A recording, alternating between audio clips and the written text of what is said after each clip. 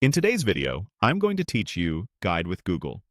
Specifically, I'll walk you through how to make someone a co-host in Google Meet quickly and confidently, so you can share hosting duties and keep your meeting running smoothly. First, open your Google Meet. Join the meeting where you want to assign a co-host, and make sure you're signed in with the account that created the meeting or has host privileges. If your organization uses host management, ensure it's enabled.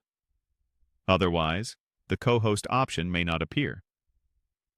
It also helps to confirm that the person you want to promote is already in the meeting, since co-hosting typically applies to active participants. Once you're in the meeting, look for the three vertical dots, the More Options menu. You'll find this menu next to a participant's name in the People panel or on their video tile during the call. If you don't see the participant list, open the People panel from the bottom toolbar so you can locate the person you want to promote. The three-dot menu is your quick path to participant-specific actions, and it's consistent across most desktop browsers. On mobile, the layout is slightly different, but you'll still look for the same three-dot menu next to the participant. Now, click Add as Co-host. If you're the meeting host, this option will be available for eligible participants. After you click it, the participant is granted co-host controls almost immediately.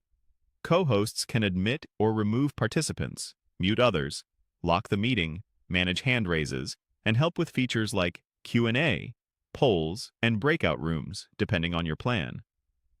This is especially useful for larger meetings or classes, where one person can't handle everything at once.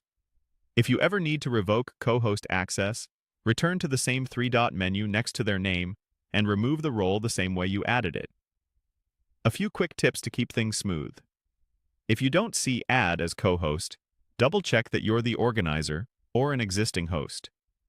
Some work or school accounts restrict co-hosting to people in the same organization, and if someone just joined, give it a moment for their name to appear in the People panel before trying again.